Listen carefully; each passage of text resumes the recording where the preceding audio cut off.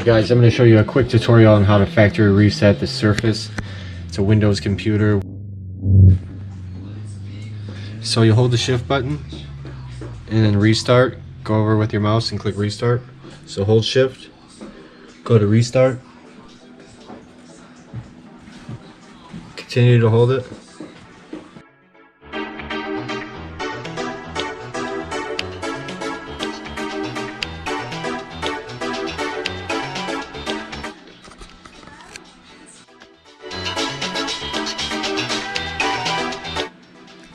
Click next.